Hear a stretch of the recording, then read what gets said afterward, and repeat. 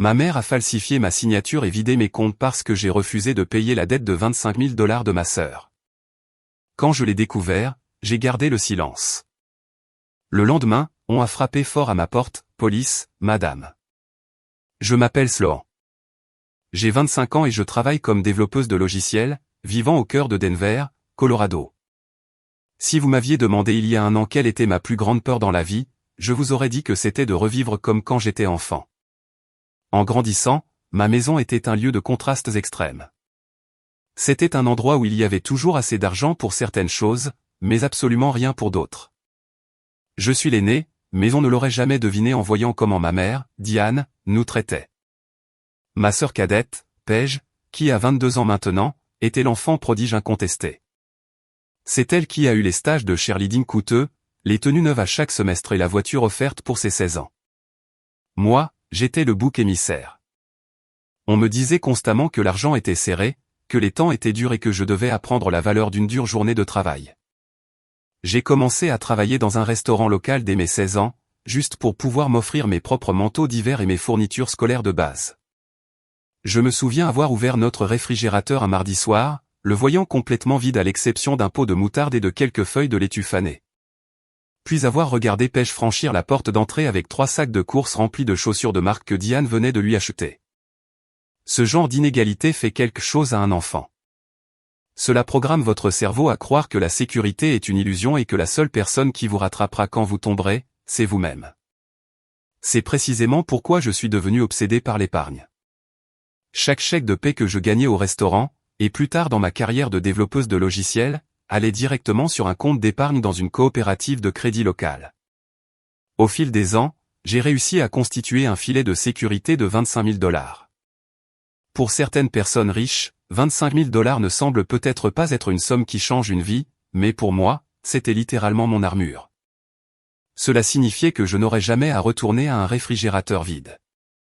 Cela signifiait que je n'aurais jamais à supplier Diane pour un seul centime. C'était ma sécurité physique, ma tranquillité d'esprit et la preuve que j'avais survécu à mon enfance. Mais bien sûr, Paige était une toute autre histoire. Paige n'a jamais appris à économiser un sou parce que Diane était toujours là pour la rattraper. Et ce mode de vie imprudent l'a finalement rattrapée. Paige s'était récemment fiancée à un homme formidable nommé Trevor.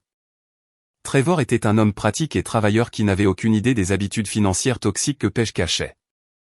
Derrière son dos, pour financer un style de vie extravagant et maintenir l'apparence d'une riche future mariée, Paige avait accumulé une dette stupéfiante de $25 000 en cartes de crédit à taux d'intérêt élevés. Les créanciers appelaient sans arrêt. Les intérêts l'enterraient vivante. Et pire encore, Trevor avait trouvé un relevé de carte de crédit caché. Il était furieux.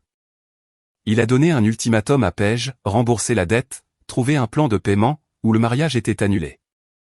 Paige a naturellement paniqué. Et quand Paige paniquait, elle allait pleurer auprès de Diane. Et quand Diane avait un problème à résoudre, elle regardait directement mon compte bancaire. L'appel téléphonique est arrivé un mardi soir. Je venais de rentrer d'une longue journée au bureau et je réchauffais mon dîner quand mon téléphone a sonné. C'était Diane. J'ai soupiré, la laissant sonner quelques fois avant de répondre, me préparant déjà à tout drame qu'elle apporterait à ma porte. Sloan, nous avons une énorme urgence familiale, a dit Diane dès que j'ai décroché. Sa voix n'était pas paniquée. Elle était ferme, presque autoritaire. Il n'y a eu ni salutation, ni question sur ma journée, juste le fait. Elle a exposé toute la situation avec Paige et Trevor, dépeignant Paige comme une pauvre victime innocente de prêts abusifs plutôt qu'une femme adulte qui avait dépensé bien au-delà de ses moyens. Alors Trevor menace de la quitter et le mariage est en péril, a continué Diane, son ton devenant une exigence. J'ai besoin que tu transfères $25 000 sur le compte de Paige d'ici demain matin pour que nous puissions régler cela. J'ai ri. J'ai cru que c'était une blague de très mauvais goût. Tu plaisantes, n'est-ce pas? Tu me demandes de vider toutes mes économies pour payer des chaussures et des vacances que Paige a achetées. Je ne demande pas, Sloan. Je te le dis, a rétorqué Diane, sa voix tombant dans ce registre glacial et contrôlant que je connaissais si bien depuis mon enfance. C'est ce que font les familles. Nous sommes une unité familiale. Paige a fait une petite erreur et tu as tout cet argent qui ne fait absolument rien. Tu es célibataire. Tu as un excellent travail. Tu le récupéreras facilement en 1 an ou 2. L'audace de sa logique m'a laissé momentanément sans voix. Elle voulait que je liquide le filet de sécurité même pour lequel j'avais saigné, juste pour couvrir l'irresponsabilité de son enfant prodige. J'ai senti ma poitrine se serrer, mais des années de thérapie m'avaient appris à tenir bon. Absolument pas, ai-je dit, ma voix calme mais complètement stable. Je ne lui donnerai pas un seul dollar. C'est mon fonds d'urgence. Je l'ai gagné. Paige a fait son pari et maintenant elle doit trouver comment le payer. Peut-être devrait-elle vendre certains de ces sacs que tu lui as achetés. La ligne est restée silencieuse pendant environ 3 secondes, puis l'explosion s'est produite. Diane a complètement perdu la tête. Elle a commencé à crier à travers le haut-parleur, me traitant de tous les noms. Elle a dit que j'étais une erreur égoïste et sans cœur. Elle m'a dit que j'avais toujours été jalouse de ma sœur, que j'étais une femme amère et solitaire qui voulait voir sa propre famille souffrir.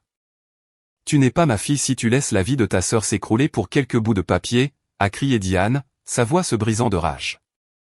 Alors je suppose que je ne suis pas ta fille, ai-je répondu, et j'ai raccroché. J'ai jeté le téléphone sur le canapé et je suis resté là dans le silence de mon appartement. Mes mains tremblaient un peu, mais surtout, je ressentais un profond sentiment de soulagement. J'avais enfin tenu tête. J'avais posé une limite financière ferme et je m'étais défendu. Je suis allé me coucher cette nuit-là avec un étrange sentiment d'autonomisation. Je pensais que le pire était passé. Je pensais que la tempête était terminée. Je n'avais absolument aucune idée que le véritable cauchemar était déjà en marche. Le lendemain matin a commencé comme n'importe quel autre mercredi normal. Je me suis réveillé vers 7 heures, je me suis étiré, je suis entré dans ma petite cuisine et j'ai commencé à faire du café noir. Le soleil brillait à travers les fenêtres, frappant la ligne d'horizon de Denver. Je me sentais bien. Je me sentais libre. Je me suis assise à mon îlot de cuisine avec ma tasse chaude, j'ai pris mon téléphone et j'ai ouvert négligemment mon application bancaire juste pour vérifier si mon virement direct du travail avait été traité. L'application a chargé. Le petit cercle bleu a tourné sur l'écran pendant 1 seconde, puis les chiffres sont apparus. Mon compte courant semblait normal, mais juste en dessous, là où mon compte d'épargne à haut rendement se trouvait habituellement comme un mur de briques réconfortant et solide, il y avait un chiffre qui a littéralement arrêté les battements de mon cœur. 0 $. J'ai cligné des yeux. Je me suis frotté les yeux, pensant que ma vision était floue ou que l'application buguait. J'ai actualisé la page. Le cercle bleu a tourné à nouveau. 0 $ et 0. Une vague de terreur pure et non falsifiée m'a envahi. J'ai eu l'impression que quelqu'un avait injecté de l'eau glacée directement dans mes veines. Mes oreilles ont commencé à teinter d'un sifflement aigu, et ma vision s'est rétrécie. La tasse de café a glissé de ma main tremblante et s'est brisée sur le parquet, éclaboussant de liquide foncé partout. Mais je n'en avais même pas conscience. J'ai tapé frénétiquement dans l'historique des transactions du compte d'épargne. Juste là, tout en haut du registre, traité hier après-midi, quelques heures seulement avant que Diane ne m'appelle, il y avait une seule déduction massive, 25 000 $. La description à côté indiquait « Virement familial d'urgence approuvé en agence ». Je ne pouvais plus respirer. Mon filet de sécurité, mes années à récurer les tables du restaurant, mes nuits tardives à coder jusqu'à ce que mes yeux brûlent, mon armure contre la pauvreté, tout avait disparu. Simplement effacé de la surface de la terre. Ma première pensée paniquée fut que quelqu'un avait volé mon identité sur le dark web. J'ai cherché à composer le numéro du service client de la coopérative de crédit locale où j'avais gardé l'argent depuis mon adolescence. Le système automatisé a semblé prendre des heures à naviguer. Finalement, une représentante a répondu. J'étais pratiquement en hyperventilation en lui donnant mon numéro de compte et mes coordonnées de sécurité sociale. Madame, s'il vous plaît, calmez-vous. Je regarde votre compte en ce moment, a dit la représentante. Oui, je vois le virement sortant de 25 000 $. Il a été autorisé en personne à notre agence d'Aurora hier après-midi. J'étais au travail hier après-midi. Je n'ai rien autorisé, ai-je crié, des larmes de pure panique coulant enfin sur mes joues. Qui l'a autorisé? Où est passé l'argent? Il y a eu un bruit de dactylographie à l'autre bout. Laissez-moi afficher le bordereau de virement. D'accord, il semble qu'il ait été transféré vers un compte courant externe au nom de Paige Henderson et la signature d'autorisation. La représentante a fait une pause, semblant confuse. Madame, il est indiqué ici qu'il a été autorisé par le cotitulaire du compte sur le profil ancien, Diane Henderson. Le monde a complètement cessé de tourner. L'air dans mon appartement était épais et suffocant. Ce n'était pas un hacker russe. Ce n'était pas une violation de données. C'était un coup monté de l'intérieur. C'était ma propre mère. Elle ne m'avait pas appelé hier soir pour demander l'argent. Elle m'avait appelé parce qu'elle l'avait déjà volé et qu'elle voulait voir si elle pouvait me manipuler pour que j'accepte après coup. La cruauté pure de la chose était trop énorme à comprendre à ce moment-là. J'ai raccroché le téléphone, suis tombé à genoux au milieu du café renversé et de la céramique brisée, et j'ai juste fixé le mur en silence total. Je ne suis pas allé travailler ce jour-là. Au lieu de cela, j'ai enfilé un jogging, pris mes clés de voiture et suis allé directement à l'agence de la coopérative de crédit à Aurora, l'endroit exact où le vol avait eu lieu. Le trajet de 30 minutes entières a semblé être une expérience hors du corps. Je ne pleurais plus. Le choc avait brûlé les larmes, laissant derrière lui un œuf froid et dur de détermination dans mon estomac. Je devais comprendre exactement comment elle avait contourné la sécurité bancaire. Quand je suis entré dans l'agence, j'ai exigé de parler au directeur de l'agence immédiatement. Je me suis assise dans un petit bureau au mur de verre avec un homme d'affaires nerveux en costume bon marché, faisant glisser mon permis de conduire sur le bureau. Je lui ai dit que toutes mes économies avaient été volées par quelqu'un qui n'était pas moi et que je voulais la trace écrite. Il a affiché mon profil sur son ordinateur, ses yeux naviguant nerveusement entre l'écran et mon visage. Il a passé 10 minutes à cliquer sur des menus, son expression devenant de plus en plus sombre. Finalement, il a soupiré et a tourné légèrement l'écran vers moi. Mademoiselle Henderson, je suis vraiment désolé, mais je vois exactement ce qui s'est passé ici, a-t-il expliqué, pointant un écran profondément enfoui dans son logiciel. Quand vous aviez 16 ans, vous avez ouvert un compte d'épargne étudiant ici. Parce que vous étiez mineur, votre mère, Diane Henderson, était légalement tenue d'être cotitulaire du compte. Mais j'ai fermé ce compte, les jeux interrompus. Quand j'ai eu 18 ans, j'ai ouvert un tout nouveau profil adulte, un numéro de compte complètement différent. Vous l'avez fait? Le directeur a hoché la tête. Vous avez ouvert un nouveau compte, mais vous n'avez pas officiellement rompu le profil ancien vous liant à votre mère dans notre ancien système central. C'est un terrible défaut bureaucratique. Parce que son numéro de sécurité sociale était toujours lié à votre identifiant client principal, elle avait techniquement des autorisations d'outrepassement héritées. Je l'ai fixé, ma mâchoire serrée. Donc, elle est juste entrée et a pris mon argent. C'est pire que ça, a-t-il dit doucement. Il a sorti une copie numérisée du formulaire d'autorisation de virement et l'a fait glisser sur le bureau. Elle est venue hier après-midi. Elle a parlé à l'une de nos plus anciennes caissières, une femme qui travaille ici depuis 20 ans. Votre mère a utilisé sa propre pièce d'identité, mais elle a aussi falsifié votre signature sur la ligne d'autorisation principale. Elle a raconté à la caissière une histoire horrible. Elle a dit que vous étiez dans un coma médical soudain après un accident de voiture et que la famille avait désespérément besoin de consolider les fonds pour payer une chirurgie d'urgence. La caissière, agissant par sympathie et voyant le lien ancien, a outrepassé les protocoles de sécurité standards et a effectué le virement directement sur le compte de votre sœur. J'ai baissé les yeux sur le morceau de papier. Juste là, sur la ligne du bas, il y avait une tentative terrible et tremblante d'imiter ma signature. C'était tellement évidemment faux, mais enveloppé dans une histoire d'urgence médicale tragique. La banque l'avait complètement cru. Diane avait utilisé mon enfance contre moi. Elle avait transformé une erreur bancaire en arme et avait profité de l'empathie humaine juste pour voler mon argent. Le directeur avait l'air terrifié, réalisant clairement l'énorme responsabilité légale à laquelle la coopérative de crédit était maintenant confrontée. Il a proposé d'ouvrir une enquête pour fraude, mais m'a averti que, comme il s'agissait d'un membre de la famille et d'un compte joint hérité, récupérer l'argent pourrait prendre des mois de litige civil. J'ai pris la copie du document falsifié, les plié soigneusement et les mis dans mon sac. Je ne voulais pas d'un litige civil lent. Je voulais du sang. Je suis sorti de la coopérative de crédit et me suis assise sur le siège conducteur de ma voiture sur le parking. Le soleil frappait le pare-brise, rendant l'intérieur de la voiture inconfortablement chaud. Mais je tremblais. J'avais la preuve physique. J'avais le document falsifié, mais je savais comment Diane fonctionnait. Si la police la confrontait, elle déformerait l'histoire. Elle prétendrait que c'était un malentendu, que j'avais donné une autorisation verbale ou que c'était en fait son argent d'il y a des années. J'avais besoin de quelque chose d'absolument infaillible. J'avais besoin qu'elle avoue de sa propre bouche. J'ai sorti mon téléphone et téléchargé une application avancée d'enregistrement d'appels. J'ai vérifié les lois de l'État sur mon navigateur, confirmant que le Colorado est un État à consentement unique, ce qui signifie que tant que je faisais partie de la conversation, je pouvais l'enregistrer légalement sans lui dire. J'ai appuyé sur le bouton rouge vif d'enregistrement, j'ai pris une profonde inspiration pour calmer ma voix tremblante et j'ai composé le numéro de Diane. Elle a répondu à la deuxième sonnerie. Elle avait l'air absolument joyeuse, comme si elle passait la meilleure journée de sa vie. « Eh bien, bonjour » a dit Diane, son ton dégoulinant d'une douceur écœurante. « As-tu enfin appelé pour t'excuser d'avoir été si dramatique la nuit dernière ?» J'ai enfoncé mes ongles dans mon volant. J'ai forcé ma voix à paraître vaincue, petite et confuse.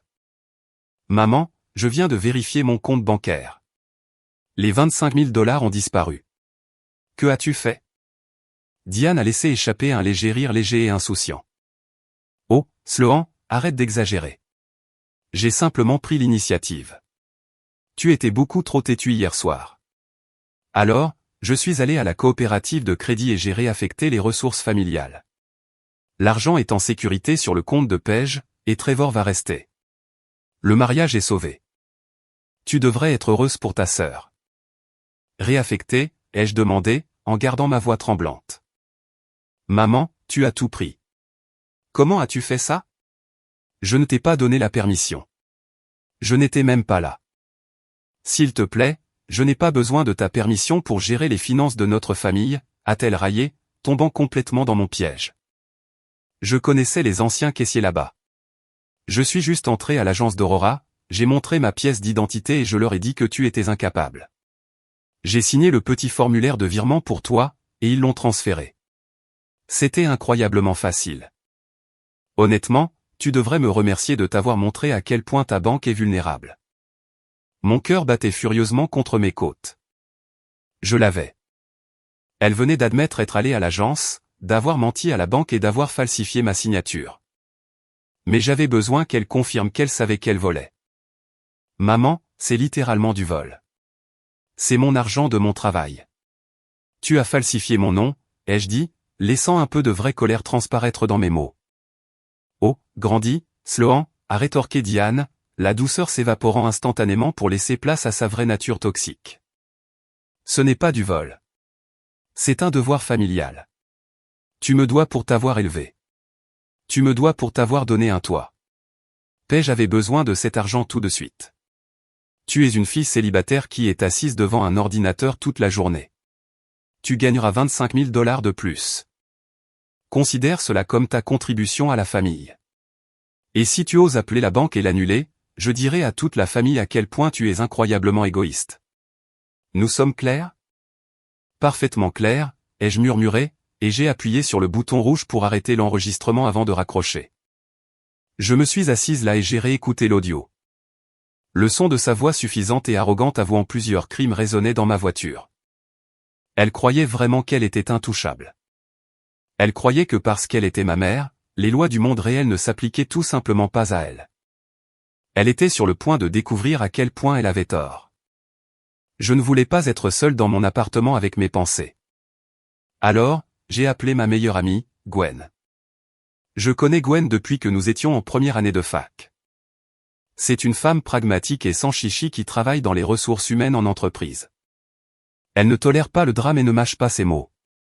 Je lui ai dit que j'avais une urgence et elle a immédiatement quitté le travail pendant sa pause déjeuner pour me retrouver dans un restaurant tranquille du centre-ville. Quand je me suis assise en face d'elle dans la banquette, j'avais l'air d'une épave. J'ai fait glisser la copie pliée du virement falsifié sur la table. Puis j'ai posé mon téléphone, appuyé sur Play sur l'enregistrement audio, et j'ai laissé Gwen écouter toute la conversation avec Diane. Gwen est restée parfaitement immobile, sa tasse de café suspendue à mi-chemin de sa bouche.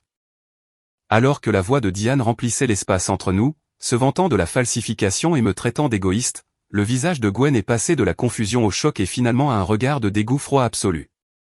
Quand l'enregistrement s'est terminé, le restaurant est devenu inhabituellement silencieux.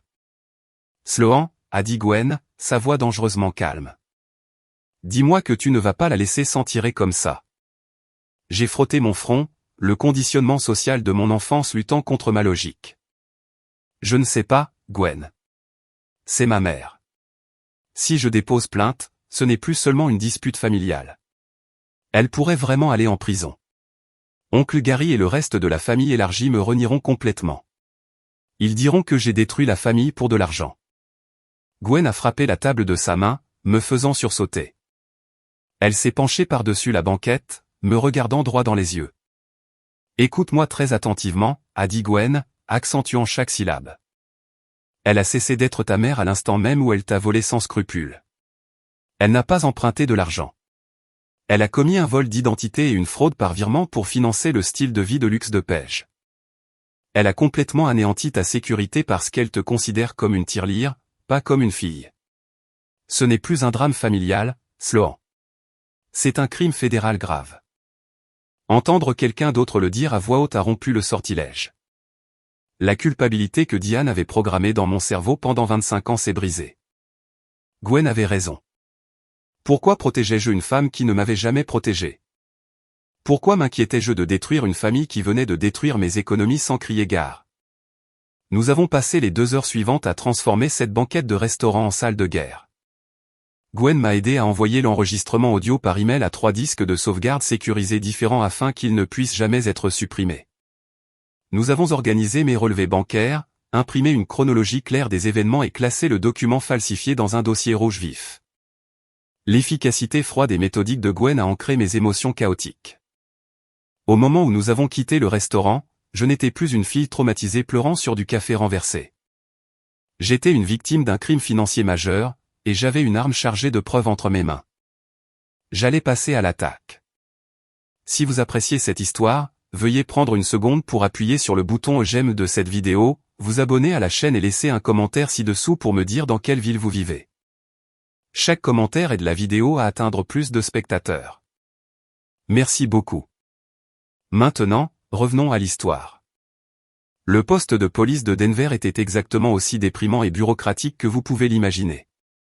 Quand Gwen et moi avons franchi les lourdes portes vitrées, l'air sentait le café éventé, la cire à plancher et la misère générale. Je serrais le dossier rouge vif contre ma poitrine comme une bouée de sauvetage. Nous nous sommes assis sur des chaises en plastique dur dans la salle d'attente pendant ce qui a semblé être 3 vies distinctes. Chaque fois qu'un officier en uniforme passait, mon estomac faisait un bond nerveux. La société vous entraîne dès le plus jeune âge à protéger votre famille, à garder les affaires familiales strictement à l'intérieur de la maison. Entrer dans un poste de police pour dénoncer sa propre mère, c'est comme enfreindre une loi fondamentale de l'univers. Mais ensuite j'ai pensé à ce solde nul sur mon compte d'épargne et ma détermination s'est durcie comme la pierre. Finalement, un homme d'affaires fatigué, en chemise froissée et cravate lâche, est sorti et a appelé mon nom. Il s'est présenté comme le détective Navarro. Nous l'avons suivi à travers un labyrinthe de bureaux jusqu'à un petit bureau encombré. Quand je me suis assise pour la première fois et que j'ai commencé à expliquer la situation, j'ai pu voir ses yeux s'embuer un peu. Il entendait probablement des dizaines de conflits domestiques et de disputes familiales compliquées chaque semaine. Il s'est adossé à sa chaise, tapotant un stylo sur son bureau, et m'a lancé un regard sympathique mais dédaigneux. « Mademoiselle Henderson, je comprends que vous soyez bouleversée, » a dit le détective Navarro, sa voix portant l'épuisement d'un homme qui avait fait trop de double quart. Mais quand il s'agit de comptes joints, surtout ceux impliquant des parents et des enfants, les lignes deviennent incroyablement floues. Si son nom était techniquement sur le profil ancien, le procureur verra cela comme un litige civil sur des actifs partagés. Vous devriez porter cela devant un tribunal civil, pas la division de la fraude criminelle. J'ai ressenti une brève poussée de panique, mais Gwen a doucement posé sa main sur mon bras pour me calmer. J'ai pris une profonde inspiration, j'ai ouvert le dossier rouge et j'ai fait glisser la copie du document de virement falsifié sur son bureau. Son nom était sur un profil ancien. Oui, ai-je dit en gardant ma voix parfaitement égale, mais c'est ma signature sur la ligne d'autorisation principale. J'étais assise à mon bureau dans mon entreprise de logiciels à 20 miles de là quand ce document a été signé et je ne l'ai pas signé. Navarro a arrêté de tapoter son stylo. Il s'est penché en avant, plissant les yeux sur le papier. Puis j'ai sorti mon téléphone, déverrouillé l'écran et appuyé sur play sur l'enregistrement audio que j'avais capturé quelques heures plus tôt. La voix suffisante et arrogante de Diane a rempli le petit espace du bureau. Le détective Navarro a écouté ma mère se vanter d'être entrée à l'agence d'Aurora, d'avoir menti au sujet d'un coma médical, d'avoir contourné les caissiers et d'avoir falsifié mon nom pour transférer 25 000 $ à Paige. Il l'a écouté me traiter d'égoïste et exiger que j'accepte le vol comme une contribution familiale. La transformation du comportement du détective a été instantanée et absolue. La posture fatiguée et dédaigneuse a disparu. Il s'est redressé complètement, ses yeux grands ouverts et entièrement concentrés sur moi. « Eh bien », a dit le détective Navarro doucement, en laissant échapper un long soupir. « Cela change absolument tout. » Il a sorti un nouveau bloc-notes et un stylo noir lourd. Il m'a regardé avec un niveau de respect complètement différent. « Mademoiselle Henderson, ce que votre mère a décrit sur cette bande n'est pas un malentendu familial. C'est un vol d'identité au premier degré. Combiné au mouvement de 25 000 $ entre institutions financières sous de faux prétextes, nous sommes en présence d'une fraude par virement grave. Ce sont des crimes fédéraux et étatiques majeurs.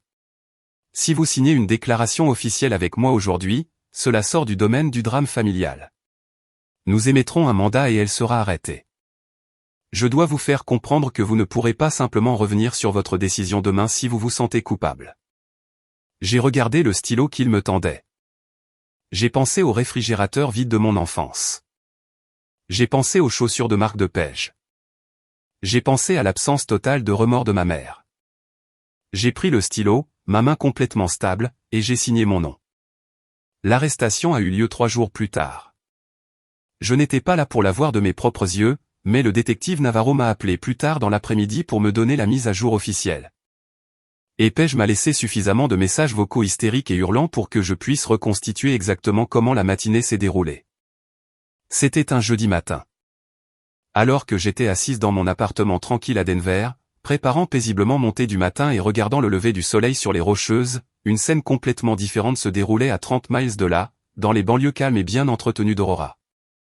À exactement 6 heures du matin, 2 voitures de police banalisées et un véhicule de détective non marqué se sont garés dans l'allée de Diane. Le quartier était parfaitement silencieux, avec seulement quelques joggeurs matinaux sur les trottoirs. Selon Navarro, ils n'ont pas poliment sonné à la porte. Ils ont frappé lourdement à la porte d'entrée, le son résonnant fort dans toute la rue. Lorsque Diane a finalement ouvert la porte, vêtue de son coûteux peignoir de soie et ayant l'air incroyablement agacée par le dérangement, elle a été accueillie par 3 officiers en uniforme et le détective Navarro tenant un mandat d'arrêt fraîchement signé. Je ne peux qu'imaginer le choc absolu sur son visage. Diane avait vécu toute sa vie en croyant qu'elle était la personne la plus intelligente de n'importe quelle pièce. Elle croyait sincèrement que ses actions n'avaient aucune conséquence parce qu'elle pouvait se sortir de n'importe quelle situation par la manipulation. Mais on ne peut pas manipuler un mandat de police. Navarro lui a dit qu'elle était placée en état d'arrestation pour vol d'identité au premier degré et fraude par virement. Diane a immédiatement essayé de se défendre. Elle a essayé d'utiliser sa douce voix maternelle pour expliquer que ce n'était qu'un simple malentendu avec sa fille ingrate. Elle leur a dit qu'il faisait une terrible erreur. Mais les officiers s'en fichaient. Ils lui ont demandé de sortir, l'ont retourné et lui ont passé des menottes en métal froid sur son porche, sous les yeux de tout le quartier. Paige, qui dormait dans la chambre d'amis, s'est réveillée avec le vacarme. Elle a couru en bas juste à temps pour voir notre mère escortée à l'arrière d'une voiture de police. Paige a commencé à crier hystériquement, exigeant de savoir ce qui se passait. L'un des officiers a poliment informé Paige que ses comptes bancaires étaient actuellement gelés dans le cadre d'une enquête active pour fraude criminelle, car elle était la bénéficiaire directe des fonds volés. Alors que Diane était assise dans une cellule d'attente, attendant d'être traitée, prise d'empreintes digitales et photographiée pour son cliché d'identité judiciaire, j'étais assise sur mon canapé confortable, sirotant mon thé. Pour la première fois de mes 25 ans d'existence, je ne ressentais aucune anxiété à propos de ma mère. Je ressentais un sentiment de paix profond et écrasant. Le monstre qui avait terrorisé mes finances et mon estime de soi était enfin enfermé dans une cage de sa propre fabrication. Je savais que les retombées allaient être massives. Je savais que mon téléphone allait exploser de messages de colère de la part de parents qui ne connaissaient que la moitié de l'histoire. Mais dans cette heure tranquille du matin, je me suis juste laissé profiter du silence. J'avais tracé une ligne dans le sable, et quand elle l'a franchie, elle est tombée directement d'une falaise. Les dominos ont continué à tomber dès le lendemain. J'étais assise à mon bureau, travaillant sur du code, quand j'ai reçu un message texte frénétique de Trevor, le fiancé de Paige. Il disait simplement, « Sloan, j'ai besoin de te voir tout de suite. S'il te plaît, dis-moi ce qui se passe. » Nous avons convenu de nous retrouver à chez Zeman Park pendant ma pause déjeuner. Quand Trevor s'est approché du banc où j'étais assise, il avait l'air physiquement malade.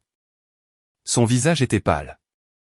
Il avait des cernes sous les yeux, et ses mains étaient enfoncées profondément dans les poches de sa veste. C'était un homme qui pensait être à quelques semaines d'épouser l'amour de sa vie, pour se réveiller et trouver sa future belle-mère en prison du comté. Il s'est assis lourdement à côté de moi. « Sloan, s'il te plaît » a dit Trevor, sa voix se brisant. Paige est complètement hystérique. Elle me dit que tu es devenue folle, que tu as menti à la police pour piéger ta mère pour une simple erreur bancaire. Mais la police a gelé le compte courant de Paige ce matin. Les 25 000 $ sont bloqués. Paige m'a dit que cet argent était un généreux cadeau de mariage anticipé de ta part pour nous aider à commencer notre vie ensemble. Est-ce vrai? Je l'ai regardé, ressentant une profonde vague de pitié. Paige ne m'avait pas seulement menti. Elle avait menti à ce pauvre homme pendant toute leur relation. Elle avait accumulé une énorme dette secrète, puis elle l'avait convaincu que l'argent volé était un doux cadeau de sœur. Je n'ai pas dit un mot au début. J'ai juste ouvert mon sac, sorti le dossier rouge vif et lui ai remis les relevés bancaires imprimés et la copie du virement falsifié. Puis j'ai sorti mon téléphone et j'ai joué l'enregistrement audio de Diane avouant tout le stratagème. Trevor s'est assis sur le banc du parc, fixant les documents pendant que la voix cruelle de Diane jouait depuis le haut-parleur du téléphone. J'ai regardé son cœur se briser en temps réel. Il a réalisé que la femme qu'il aimait non seulement les avait enterrés dans une dette secrète à taux d'intérêt élevé pour acheter des articles de luxe, mais avait activement collaboré avec sa mère pour voler mes économies afin de couvrir le tout et lui avait ensuite menti sur la provenance de l'argent. Trevor a enfoui son visage dans ses mains et a laissé échapper un long soupir tremblant. « Elle savait » a-t-il murmuré. « Paige savait que ta mère l'avait volé et elle a juste souri et m'a dit que tout était arrangé. »« Je suis tellement désolé, Trevor, » ai-je dit doucement, « mais tu devais savoir qui tu épousais. » Il a secoué lentement la tête, se levant du banc. Sa tristesse se transformait rapidement en une froide et dure prise de conscience. « Je n'épouse personne » a-t-il dit doucement. Plus tard ce soir-là, Trevor m'a envoyé un dernier message. Il était retourné directement à la maison de ville qu'il partageait avec Paige.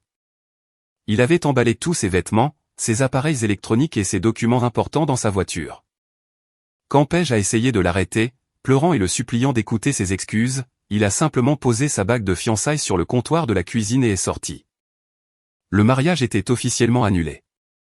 Paige avait perdu son fiancé, sa réputation et son accès à l'argent volé en l'espace de 48 heures. Les dommages collatéraux de leur avidité étaient absolus. Ce week-end-là, j'ai reçu un appel d'un numéro que je voyais rarement apparaître sur mon écran. C'était Victor, mon père. Victor et Diane avaient divorcé quand j'avais 12 ans. Il ne supportait plus son comportement toxique et narcissique, et il avait déménagé à Boulder, une ville à environ 45 minutes au nord de Denver. Parce que Diane avait manipulé les arrangements de garde, Victor s'était progressivement effacé de ma vie. Quand il a appris par la rumeur familiale que Diane avait été arrêtée pour m'avoir volé, il est immédiatement venu de Boulder pour me voir. Nous nous sommes rencontrés pour dîner dans un restaurant de steak tranquille. Il semblait plus âgé que dans mes souvenirs, avec des cheveux gris aux tempes, mais ses yeux étaient gentils. Victor était assis en face de moi, écoutant attentivement pendant que je lui exposais toute la séquence des événements, la signature falsifiée, l'enregistrement, le raid de la police et Trevor annulant le mariage.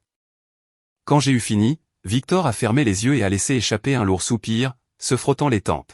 « Sloan, je suis tellement désolé » a dit Victor, sa voix épaisse de regret. « Je suis désolé de t'avoir laissé dans cette maison avec elle. Je savais exactement de quoi elle était capable, et j'étais trop lâche pour me battre pour la garde complète. J'aurais dû te protéger. » L'entendre dire cela a validé des années de traumatisme infantile, mais je ne voulais pas m'attarder sur le passé. « Tu es là maintenant, ai-je dit. Et la police s'en occupe. Elle va faire face à des accusations criminelles. » Victor a hoché la tête lentement, prenant une gorgée d'eau. « Oui, elle fera face au système de justice pénale. Mais il y a autre chose, Sloan.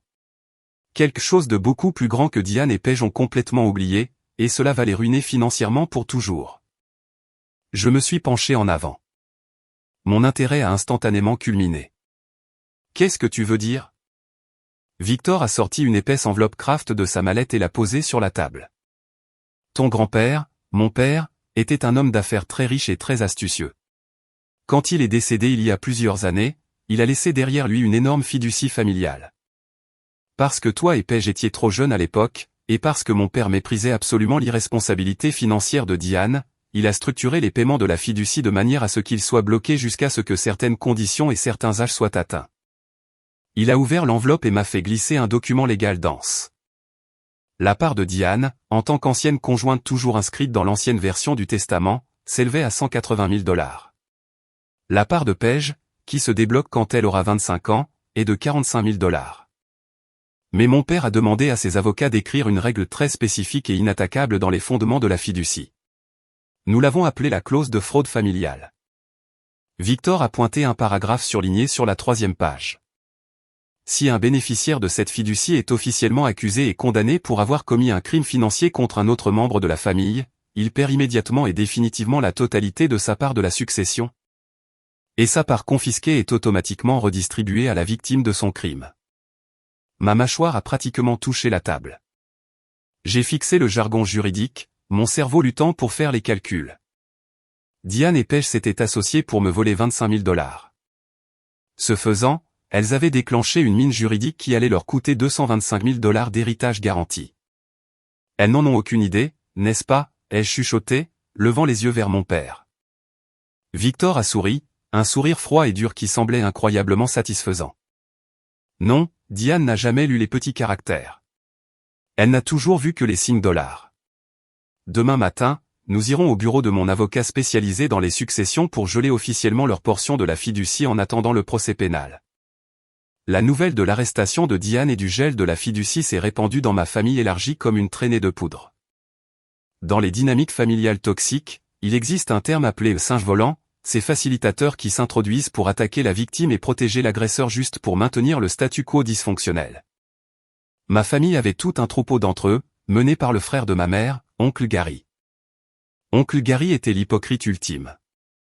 Il aimait prêcher la loyauté familiale et le pardon chrétien, mais il ne m'avait jamais offert un endroit où loger ou un repas chaud quand j'étais adolescente et en difficulté.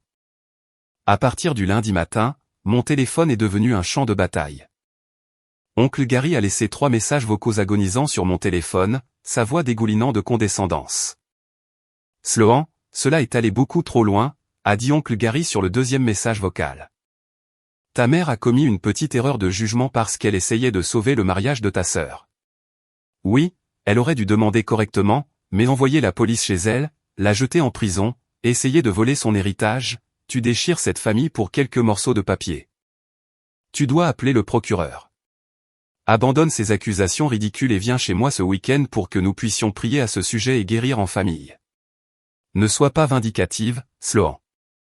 J'ai écouté les messages en étant assise à mon îlot de cuisine. Une version plus jeune de moi se serait sentie coupable. Une version plus jeune de moi aurait cédé à la pression du patriarche familial. Mais la femme qui venait de survivre à l'effacement de toutes ses économies ne ressentait rien d'autre qu'une colère pure et non falsifiée. Je ne l'ai pas rappelé. Je ne voulais pas entendre sa voix et je voulais tout par écrit. J'ai ouvert mon application de messagerie, tapé un long message texte méthodique et appuyé sur envoyer. Le message disait, oncle Gary, mettons quelques faits au clair. Diane n'a pas commis une petite erreur de jugement. Elle a commis un vol d'identité au 1er degré et une fraude par virement. Elle a menti à une caissière de banque, falsifié ma signature légale et volé 25 000 $ que j'ai mis des années à économiser. Elle ne l'a pas fait pour sauver un mariage. Elle l'a fait pour couvrir l'énorme dette secrète de carte de crédit de Paige. Quand je l'ai confrontée, elle s'est moquée de moi et m'a traité d'égoïste. Tu aimes parler de loyauté familiale, Gary, mais où était ta loyauté quand j'avais 16 ans, travaillant de nuit juste pour m'acheter un manteau d'hiver pendant que vous louiez tous Paige? Tu ne te soucies pas de la guérison familiale. Tu ne te soucies que de faire disparaître cette situation inconfortable pour ne pas avoir à faire face à la réalité que ta sœur est une criminelle. Elles ont fait leur lit. Maintenant, elles doivent s'y coucher. Ne me contacte plus jamais. Dès que le texte a été marqué comme livré, j'ai bloqué son numéro de téléphone. Puis j'ai parcouru ma liste de contacts et j'ai systématiquement bloqué toutes les tantes, oncles et cousins qui avaient pris le parti de Diane. À chaque blocage, un lourd fardeau se levait de mes épaules. Je ne coupais pas seulement le lien avec ma mère et ma sœur. J'amputais toute la branche malade de mon arbre généalogique. J'ai choisi la paix plutôt que l'obligation toxique. Et le silence qui a suivi était le plus beau son que j'ai jamais entendu. Le lendemain matin, Victor et moi sommes allés au centre-ville de Denver pour rencontrer Monsieur Caldwell, l'avocat spécialisé dans les successions, strict et très qualifié, qui gérait le fonds fiduciaire de mon grand-père. Son bureau était intimidant, rempli de lourds meubles en acajou, de livres de droit reliés en cuir et du bourdonnement discret d'une climatisation coûteuse. Monsieur Caldwell était assis derrière son immense bureau, ajustant ses lunettes à monture métallique alors qu'il examinait attentivement les documents que je lui avais apportés. Il a lu le rapport de police officiel, la copie du virement falsifié et l'acte d'accusation préliminaire du bureau du procureur. La pièce est restée silencieuse pendant longtemps, à l'exception du bruissement du papier épais. Finalement, Monsieur Caldwell a levé les yeux, joignant ses mains sur le bureau. Il n'a pas montré beaucoup d'émotion, mais il y avait une lueur vive de satisfaction professionnelle dans ses yeux. Votre grand-père était un homme incroyablement perspicace, a dit Monsieur Caldwell, sa voix grave et résonnante. Il m'a spécifiquement demandé de rédiger la clause de fraude familiale parce qu'il soupçonnait que Diane pourrait un jour tenter de manipuler les actifs de la succession. Il voulait s'assurer que tout comportement prédateur serait puni d'une ruine financière absolue. Il semble que sa prévoyance était parfaitement exacte. Alors, que se passe-t-il maintenant, ai-je demandé, me penchant en avant dans mon fauteuil en cuir. Devons-nous attendre que le procès pénal soit terminé avant que la fiducie ne soit protégée? Non, a répondu fermement Monsieur Caldwell. Parce qu'il y a un acte d'accusation criminelle fédéral et étatique actif avec des preuves solides de falsification, j'ai l'autorité fiduciaire de geler immédiatement toutes les distributions à Diane et Paige Henderson. Leur accès aux $180 000 et $45 000 respectivement est complètement bloqué à partir de ce matin. Il a sorti une nouvelle pile de documents juridiques avec de petits onglets jaunes signés ici dépassant des bords. Une fois que Diane et Paige auront plaidé coupables ou auront été condamnés par un jury, la clause s'exécutera automatiquement. Leurs parts seront définitivement confisquées, liquidées et entièrement redistribuées sur votre compte bénéficiaire principal. Je dépose l'injonction auprès du tribunal des successions cet après-midi. J'enverrai également des avis juridiques formels à l'avocat de la défense de Diane, les informant pleinement que la fiducie est maintenant gelée en raison de ses actes criminels. J'ai pris le lourd stylo coûteux que Monsieur Caldwell m'a offert et j'ai signé mon nom sur les pointillés, l'autorisant officiellement à faire appliquer le testament. Victor a posé une main sur mon épaule pendant que je signais. Elle pensait qu'elle était si intelligente de prendre ses $25 000, a marmonné Victor, secouant la tête. Attends que son avocat lui explique que sa petite combine vient de lui coûter $250 000. En sortant de ce cabinet d'avocat, en entrant dans la lumière éclatante de Denver, j'ai ressenti un profond sentiment de clôture.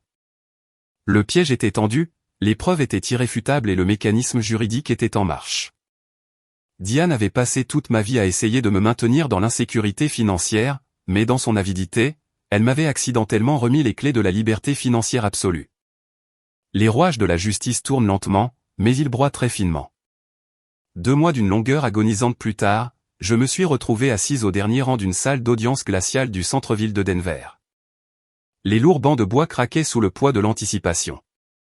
Je portais un blazer foncé et élégant, assise à côté de Victor et Gwen, attendant que le dernier acte de ce cauchemar se conclue.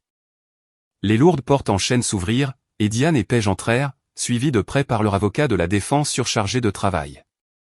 Le changement dans leur apparence était absolument stupéfiant. Diane, qui avait l'habitude de ressembler à quelqu'un qui venait de sortir d'un salon de luxe, avait l'air vieillie, épuisée et incroyablement petite. Ses cheveux étaient plats, et ses vêtements coûteux flottaient lâchement sur sa silhouette. Paige avait l'air complètement vidée, les yeux baissés, refusant de regarder ailleurs que le sol. Le procureur avait construit une affaire inéluctable. Entre le témoignage du directeur de banque, le document falsifié et l'enregistrement audio de Diane se vantant littéralement du crime, elle n'avait absolument aucune chance devant un jury. Pour éviter de passer jusqu'à 5 ans dans un pénitencier d'État, leur avocat avait négocié agressivement un accord de plaidoyer. Le juge, une femme sévère avec zéro tolérance pour les inepties, a regardé ma mère par-dessus ses lunettes. Diane Henderson, vous êtes devant ce tribunal pour plaider concernant des accusations de vol d'identité au premier degré et de fraude par virement. Comment plaidez-vous? La voix de Diane était à peine un murmure, complètement dépouillée de son arrogance habituelle. Coupable, votre honneur. Le juge a hoché la tête et a lu les termes de la sentence. Diane a été condamnée à 3 années complètes de probation strictement supervisée. Si elle manquait un seul rendez-vous de suivi, elle irait directement en prison. Elle a été condamnée à effectuer 300 heures de travaux d'intérêt général et elle a été contrainte de payer une restitution intégrale à la coopérative de crédit. Surtout, elle était désormais une criminelle condamnée. Page, qui avait activement aidé à planifier le vol, mais n'avait pas falsifié la signature, a accepté une accusation de délit moindre pour complicité après les faits, ce qui a entraîné 1 an de probation et d'énormes amendes judiciaires. Mais la condamnation pénale n'était que le début de leur ruine. Parce que Diane était maintenant une criminelle condamnée pour un crime financier, elle a immédiatement perdu sa licence de gestion d'entreprise d'État. Son employeur a effectué une vérification des antécédents obligatoires et l'a licenciée sur le champ. Elle a été contrainte de déménager de sa belle maison de banlieue pour un minuscule studio délabré, acceptant un emploi au salaire minimum à la caisse d'une pharmacie de détail juste pour survivre. La vie de Page s'est complètement effondrée. Sans le revenu de Trevor, et avec ses comptes bancaires signalés pour fraude, elle n'a pas pu obtenir un prêt décent pour rembourser son énorme dette de carte de crédit. Elle a été contrainte de contracter des prêts de consolidation abusifs avec des taux d'intérêt stupéfiants de 25%, la piégeant dans un cycle de pauvreté dont elle ne s'échapperait probablement jamais. Avant de quitter la salle d'audience, Diane s'est arrêtée dans l'allée et m'a regardé directement. Ses yeux étaient remplis de larmes, une supplication désespérée et pathétique de pardon de la part de la fille qu'elle avait jetée au loup. Je n'ai pas souri. Je n'ai pas jubilé. J'ai simplement regardé à travers elle, lui ai tourné le dos et suis sorti. 6 mois se sont écoulés depuis ce jour au tribunal. La vie a une drôle de façon d'équilibrer les choses quand on décide enfin d'arrêter de laisser les gens nous marcher dessus. Peu après la condamnation, les polices d'assurance de la coopérative de crédit sont entrées en jeu, et elles ont entièrement remboursé les 25 000 $ originaux que Diane m'avait volés, désespérée d'éviter un procès civil pour négligence massif. Mais ce n'était qu'une goutte d'eau dans l'océan. Une fois les plaidoiries de culpabilité officiellement estampillées par le greffier du tribunal, M. Caldwell a exécuté la clause de fraude parentale dans la fiducie de mon grand-père. Diane et Page ont été formellement déchus de leur statut de bénéficiaire. 2 semaines plus tard, un virement bancaire massif a été crédité sur un compte ultra sécurisé nouvellement créé dans une banque nationale complètement différente. 225 000 $. J'ai fixé le chiffre sur mon écran, assise dans mon appartement, et j'ai juste pleuré. Non pas des larmes de panique, mais des larmes de soulagement absolu et écrasant. J'étais en sécurité. J'étais enfin vraiment en sécurité. J'ai utilisé une partie de l'argent pour verser un acompte sur une belle petite maison de ville dans un quartier tranquille près des montagnes, loin d'Aurora. J'ai mis en place un fonds d'urgence à toute épreuve, investi le reste dans des fonds indiciels conservateurs, et enfin, je me suis acheté de nouveaux meubles qui n'étaient pas d'occasion. J'ai également commencé à suivre des séances de thérapie hebdomadaires. Guérir de 25 ans d'abus émotionnels et de traumatisme financier ne se fait pas du jour au lendemain juste parce que votre compte bancaire est plein. La thérapie m'a aidé à réaliser que poser des limites n'est pas un acte de cruauté. C'est un acte d'auto-préservation. Les liens familiaux sont censés être construits sur le respect mutuel, l'amour et la protection, et non sur des exigences unilatérales et des obligations toxiques. Ma vie est si calme maintenant et j'aime chaque seconde. Je passe mes week-ends à faire de la randonnée sur les sentiers escarpés près de Boulder avec Gwen, me poussant physiquement et mentalement. Je dîne le dimanche avec mon père, Victor, reconstruisant la relation que Diane nous avait volée quand j'étais enfant. J'ai changé mon numéro de téléphone, supprimé mes anciens comptes de médias sociaux et laissé les singes volants de ma famille élargie se noyer dans leur propre drame toxique. Je suis enfin libre. Mais parfois, tard dans la nuit, quand la maison est complètement silencieuse, je me surprends à penser à l'ampleur de la destruction. Je regarde ma vie sûre et sécurisée, et je sais qu'elle a été construite sur les cendres de l'avidité de ma mère et de ma sœur. Certaines personnes de ma famille élargie qui parlent encore à mon père murmurent que je suis allé beaucoup trop loin. Elles disent qu'envoyer ma propre mère au tribunal, lui donner un casier judiciaire, puis prendre chaque dernier centime de son héritage en plus était froid, vindicatif et impitoyable.